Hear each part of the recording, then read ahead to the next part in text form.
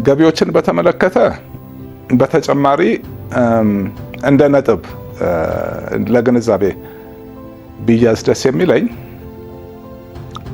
ገቢዎች ንግድ ፍቃድ ታክስ ክሊረንስ ሰጥቶኝ ንግድ ፍቃድ ማዳስ ስላቃተኝ 4 ፋብሪካ ተዘግቷል። 4ቱ ፋብሪካዎች የመጀመሪያው ሃይላንድ ነው፣ ሃይላንድ ስፕሪንግስ። ሁለተኛው ሪል ውሃ፣ ሶስተኛ ተርሞፕላስቲክ የሚባል ፋብሪካ፣ አራተኛ ደግሞ አንድ ትልቅ ማዳበሪያ ፋብሪካ 600 ሰራተኛ ያለው። ሁኔታው እንዴት ነው የሚፈጠረው? ቆይቶ በየዓመት ሂሳብ ሲዘጋ ይቆይና ከ5 ዓመት በኋላ ከሆነ ጊዜ በኋላ ኦዲት ይባልና ይመጣል። ወደ ኋላ ተሄዶ ፋይሎቹ ይታያሉ። ብዙ የተለያዩ ኢሹዎች ሊነሱ ይችላሉ። ኦዲት ነው፣ ችግር የለውም። ከዛ በኋላ ግን አንዳንዴ ለማስረዳት በሚያስችል ሁናቴ፣ አንዳንዴ ምናልባት ከፋብሪካዎቹም ካለ ስህተት ብቻ የሚገርሙ አይነት ትላልቅ ሂሳቦች ወደ ኋላ ሂዶ እስከነወለዱ እስከነቅጣቱ ይባልና 20 ሚሊዮን ብር፣ 30 ሚሊዮን ብር፣ 15 ሚሊዮን ብር ክፈሉ ይባላል። ይህን ካልከፈላችሁ ንግድ ፍቃድ ክሊረንስ አንሰጥም፣ ንግድ ፍቃድ አይታደስም። ፋብሪካዎች አብሶ ደግሞ ያለፈው 4-5 ዓመት ብዙ ፋብሪካ ከዛም በፊት 6 ዓመት እዚህ ሀገር ፋብሪካ ስራ ከባድ ነው።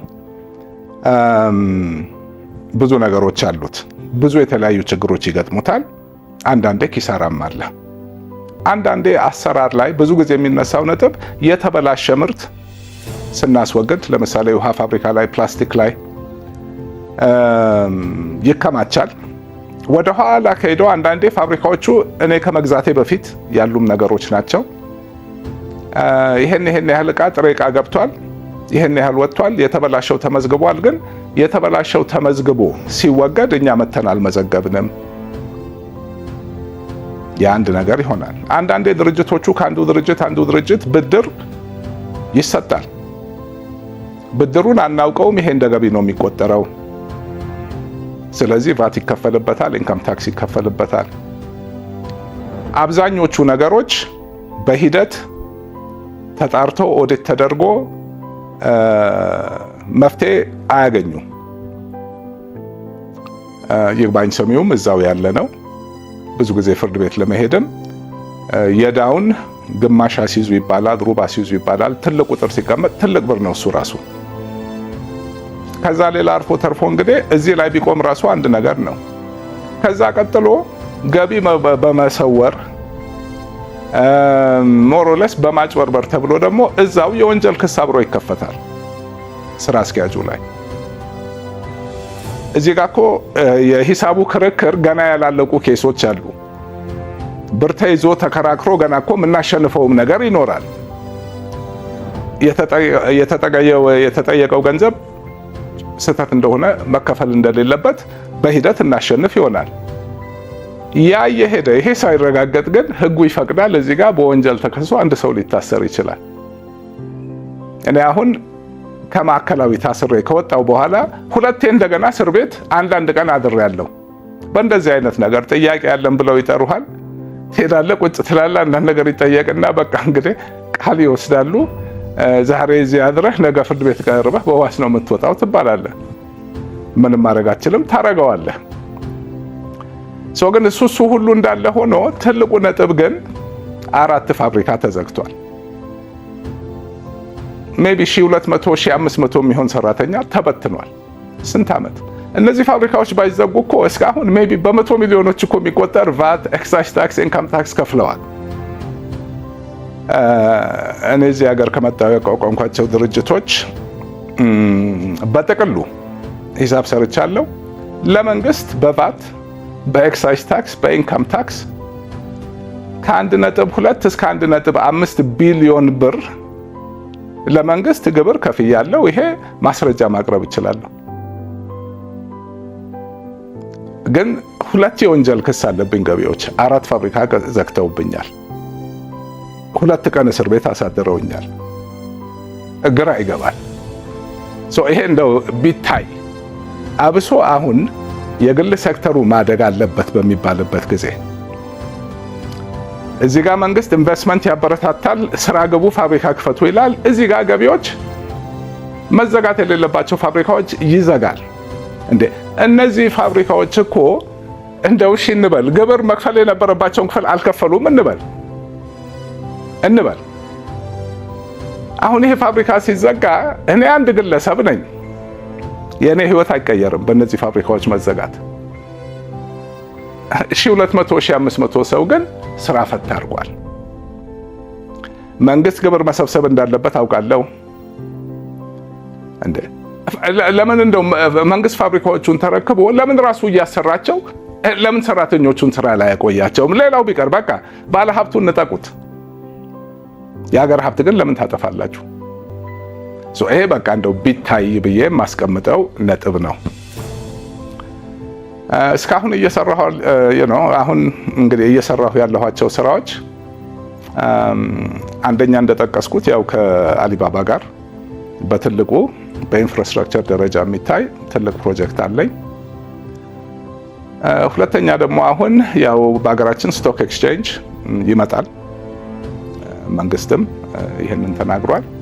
ስቶክ ኤክስቼንጅ በራሱ አንድ ቦታ የሆነ ማዕከል ስላለ ማዕከሉን የሚያንቀሳቅሱ ድርጅቶች፣ ባለሙያዎች፣ ግለሰቦች ያስፈልጋሉ። የኢንቨስትመንት ባንኪንግ የሚባለው ስራ አሜሪካን ሀገር የኖርኩበት አንድ የኢንቨስትመንት ባንኪንግ ኩባንያ ከሀገር ውስጥም ከውጭ ሀገርም ሰዎች ጋር አቋቁሜ ጥናቶች፣ አንዳንድ ስራዎች እየጀማመርን ነው። ከዛ ሌላ እኛ ሀገር የሰው ኃይል ብቃት ያለው ፕሮፌሽናል የሆነ ሂውመን ካፒታል የለንም። እጥረት አለ፣ የለንም አይባልም፣ ግን ከፍተኛ እጥረት አለ። በኢኮኖሚው በህዝቡ እድገት ልክ ይሄ የባለሙያ ብቃት አብሶ ፋይናንስ ሴክተሩ ላይ እዛ ላይ ነው ትኩረት ያደረኩት። የለም መንግስትም ሴክተሩ ላይ ያሉት ባንኮችም ኢንሹራንሶችም ያው ጠንከር ያለ ትሬኒንግ በተሻለ ሁናቴ መካሄድ እንዳለበት ታምኖበት እንቅስቃሴ አለ፣ መመሪያዎችም አሉ። ከሱ ጋር ተያይዞ እንደገና አንድ ዓለም ላይ ከሚታወቅ ትሬኒንግ በአጠቃላይ ለባንክና ለኢንሹራንስ ብቻ በአጠቃላይ ለመንግስትም ለግል ዘርፍም በምንም በሰፊው ብቻ ውጭ ሀገር የሚገኘው አይነት ስልጠና እዚሁ ሀገር የውጭ ባለሙያዎች መጥተው እዚሁ ተቀምጠው በሰፊው የምንሄድበት ስራ ደግሞ እንዲሁ ከአንድ ሌላ ውጭ ድርጅት ከታዋቂ ድርጅት ጋር አደራጅቼ ወደ ስራ እየገባሁ ነው። አንድ በፊት ኢንቨስትመንቶቼ ላይ ሜንሽን ያላረኩት ወይም ነካ አድርጌ ያለፍኩት ነገር አንድ ትልቅ ሌላ ፕሮጀክት አለ። አማራ ክልል ሰቆጣ የዛሬ 7 ዓመት ከክልሉ ለብረት ማዕድን ኤክስፕሎሬሽን የወሰድኩት ሰፊ ቦታ ነበር። 100 ምናምን ስኩዌር ኪሎ ሜትር ሰፊ ኤሪያ ነው። ያው 4 ጂኦሎጂስት መድበን መኪና መድበን ብዙ ዓመት ኤክስፕሎሬሽን ሰርተን ኤክስፕሎሬሽን ስራውን ጨርሰን በጣም ትልቅ የብረት ክምችት የኢትዮጵያን ብረት ፍላጎት እንዳለ ለዘመናት የሚያሟላ በዓለም ደረጃ ጥራት ያለው ትራንስፖርት አጠገቡ ያለ ማይኒንግ ላይ ወሳኙ ነገር ኢንፍራስትራክቸር፣ ትራንስፖርት፣ ፓወር፣ ውሃ ይሄ ሁሉ ነገር ያለው በሚገርም ሁኔታ ደግሞ ብረት ብዙ ጊዜ መሬት ውስጥ ገባ ብሎ ነው የሚገኘው። ሰርፈስ ላይ ያለ ትልቅ ክምችት አግኝተን ስራ የመጀመር ፍቃድ ከጠየቅኩ አሁን 3 ዓመት አልፎኛል። ኤክስፕሎሬሽን 5 ዓመት ጨርሰን ማለት ብዙ ወጪ ወጥቶ ይሄ ኢሹ አሁን እንደው ለግንዛቤም ለሚመለከት አገሪቷ ላይ አሁን ምን አይነት የውጭ ምንዛሬ ችግር እንዳለ እናውቃለን። ብረት አብሶ የልማት ምሰሶ ነው። ሊትራሊ ምሰሶ ነው። ሲሚንቶና ብረት ነው አገር የሚገነባው። ሲሚንቶ ፋብሪካ ስንት ተክለናል። ብረት ፋብሪካ ያው ብረቱ እኛ ማዕድኑ እስከሌለን ድረስ አምተን ነው የምንሰራው፣ ግን ማዕድኑ አለን። ከኛ አልፎ ለኤክስፖርት ሁሉ ያሰብኩት ያቀድኩት አለ ወደ መካከለኛው ምስራቅ ለመላክ። ዝርዝሩ ብዙ ነው። ነጥቡ ግን እንዴ ይሄ ነገር ለኔ ተብሎ የሚፈቀድ አይደለም። የሀገር ትልቅ ችግር የሚቀርፍ ቃላት የለኝም። ከሰራኋቸው ካሉኝ ስራዎች ሁሉ ትልቁ ስራ ይሄ ነው። ማይኒንግ ነው። ትልቅ ማይኒንግ ብረት 3 ዓመት ይኸውና ፍቃድ ስጡኝ ኧረ እባካችሁ ለእኔ ብላችሁ አይደለም ለሀገሪቷ ስትሉ ስራ ልጀምርበት ኢንቨስተር አለኝ። እስካሁን እየጠበቅኩ ነው። ጭራሹኑ እንደውም የዛሬ 8-9 ወር ገደማ ነው ምናምን ጭራሽ ኤክስፕሎሬሽን ላይሰንስህን ሰርዘናል አሉኝ። እሱ ተሰርዞ የኔን ቦታ እንደገና ጨረታ ለማውጣት ውስጥ ለውስጥ የተሰራ ስራ አለ። ይሄንን አልለቀውም። የፈለገው ነገር ይሆናል። ፍርድ ቤትም ሄዳለሁ እና እንደው አገራችን ላይ ያለው አንዳንድ አሰራር መንግስት እንደ መንግስት ከላይ ቁጭ ብሎ ኃላፊዎች እንዲህ አይነት ነገር እንዳለም አያውቁትም። ወደ ታች ወደ ቢሮክራሲው ሲገባ ግን ብዙም አገር ብሎ የሚያስብ ሰው አለ ብዬ አላስብም። ሁሉም ለጊዜው እዛ አለ። ሁሉም ጥቅሙን ይፈልጋል። እዛ መሃል ማተጎዳ ምን ጠፋ? አገር ተጠቀመ፣ አገር ተጎዳ የሚያስብ ሰው የለም። በሚያሳዝን ሁኔታ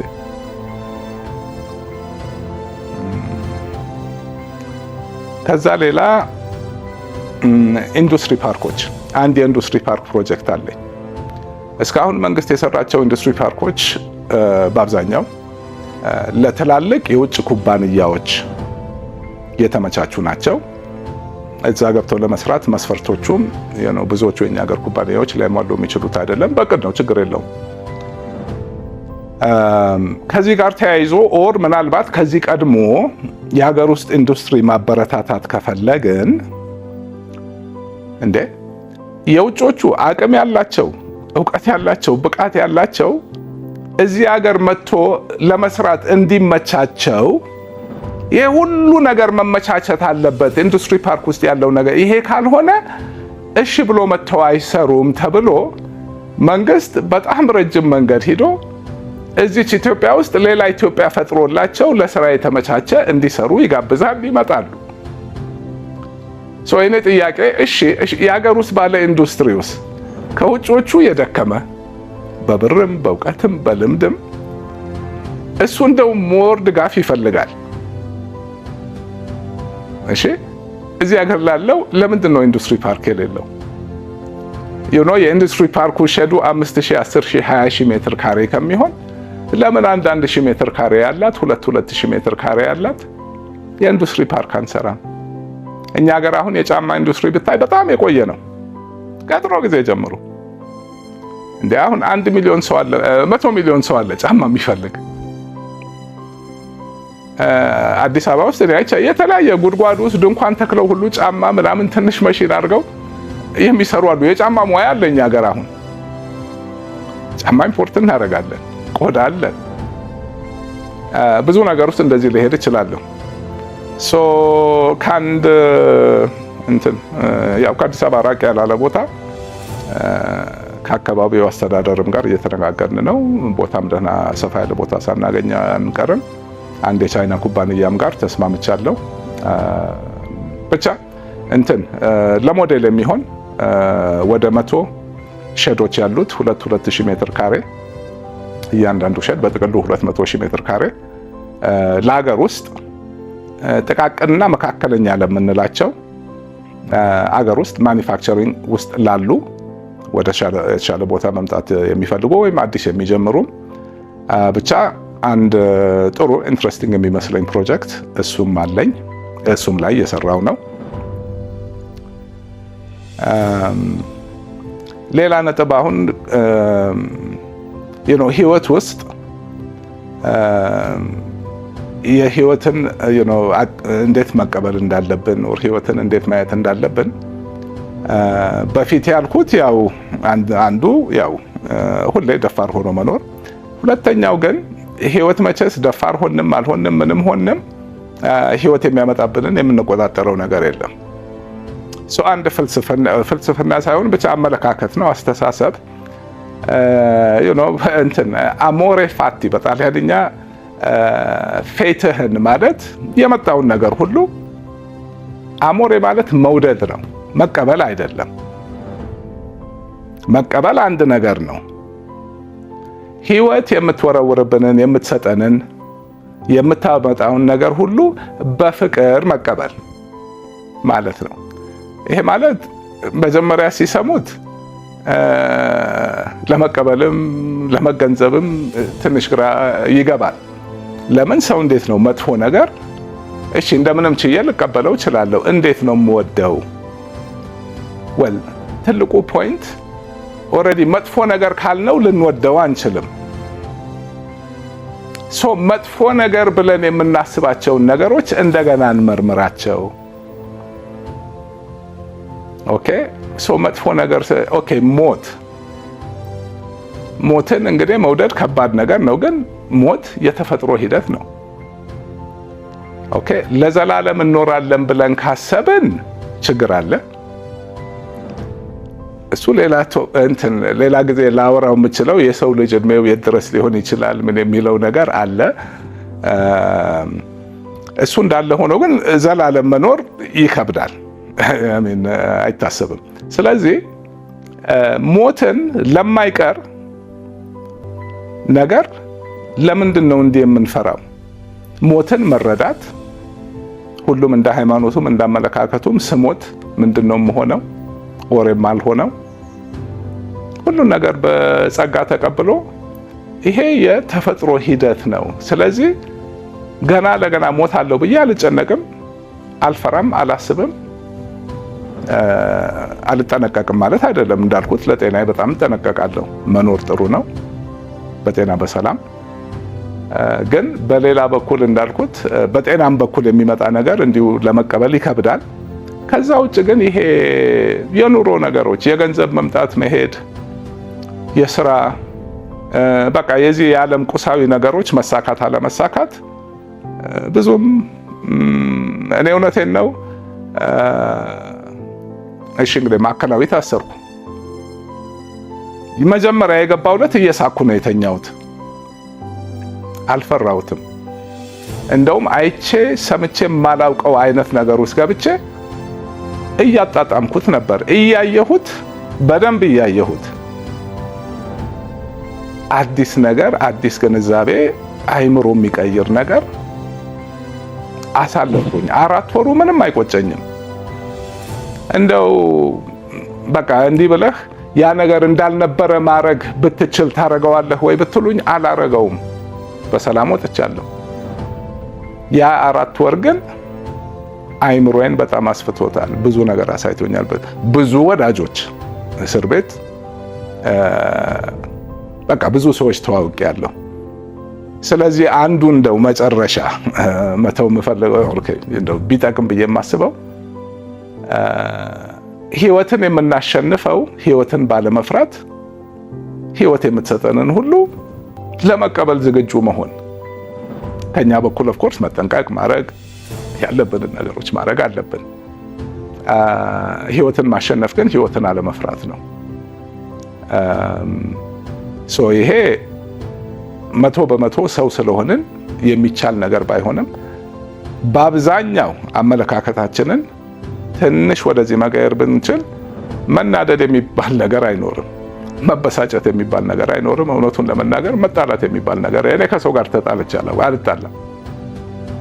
ለምን እዛ ደረጃ የሚያደርሰኝ ነገር ምንም ነገር የለም። መተው ይቻላል።